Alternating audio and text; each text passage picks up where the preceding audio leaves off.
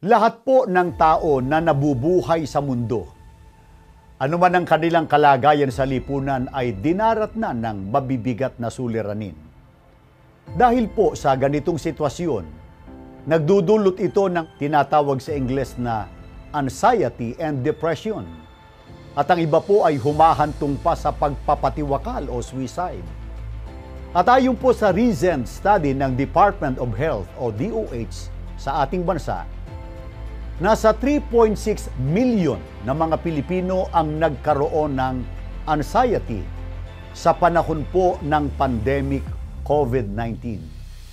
As of year 2021 up to 2022, ito isipin niyong mabuti, 404 na mga estudyante ang nag-suicide.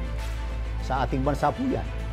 Bukod pa po sa mga kabataang nagtangkang magpakamatay na nasa 1.5 million sa ating bansa bunga ng depression.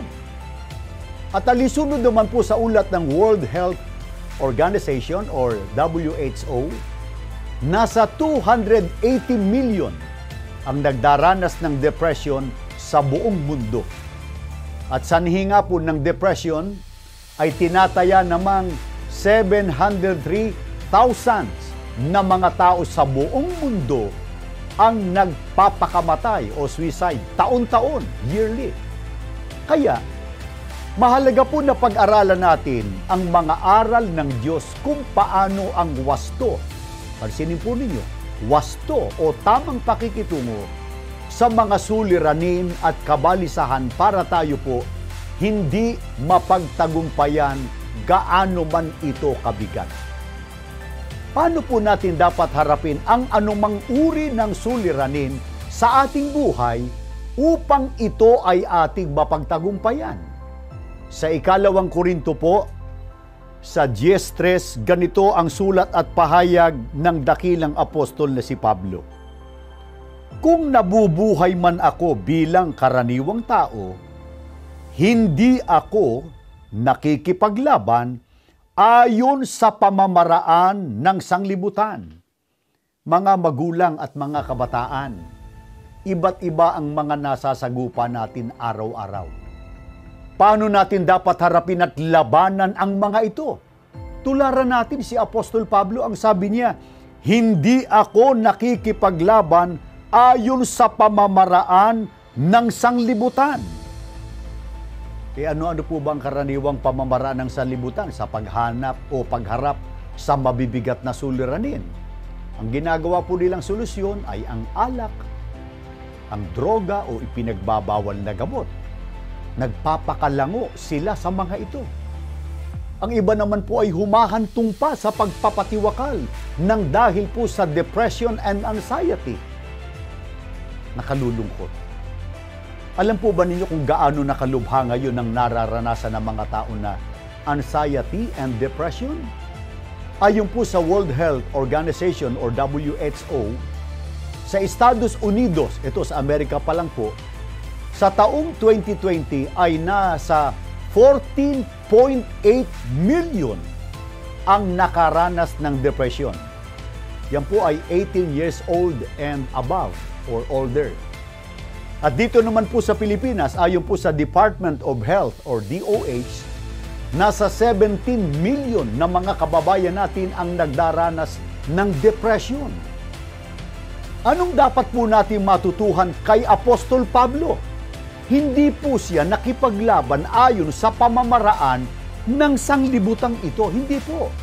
Paano po ang paglaban sa mga suliranin at kabalisahan sa buhay nang hindi ayon sa pamamaraan ng sanglibutan?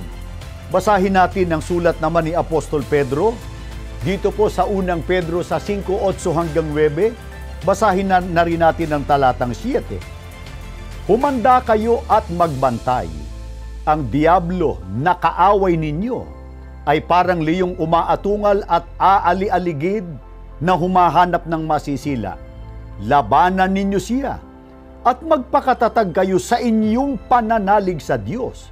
Tulad ng alam ninyo, hindi lamang kayo ang nagtitiis ng ganitong kahirapan, kundi pati ang inyong mga kapatid sa buong daigdig. Ipagkatiwala ninyo sa Kanya ang inyong mga kabalisahan sapagkat siya ang kumukupkop sa inyo. Ito po ang aral ng Biblia na dapat po nating gawin o isakatuparan. Ang sabi po, labanan ninyo siya, ang diablo, at magpakatatag kayo sa inyong pananalig sa Diyos. Paano po natin patutunayan ang ating pananalig sa Panginoon Diyos? Ang sabi po sa talata, ipagkatiwala ninyo sa Kanya, sa Diyos, ang inyong mga kabalisahan. Hindi po ba't kapag sinabing kabalisahan ay katumbas lang ito ng kalagayang hindi mapakali at pagkaligalig ng kalooban at ng kaisipan, ligalig, kaya hindi makatulog. Sa ganitong mabigat na sitwasyon, ano po ang dapat nating gawin?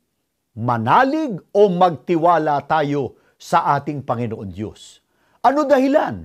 Sapagkat ayon po sa ating binasa, sapagkat siya, ang Panginoon Diyos, ang kumukupkop o nagmamalasakit sa inyo. Kaya ipinagdidiinan po namin or I would like to emphasize this. Hindi po sapat ang pagsangguni sa mga doktor o manggagamot kapag tayo ay nakararanas ng anxiety and depression, kundi sa Panginoon Diyos na siyang may ganap o lubos na pagmamalasakit po sa atin.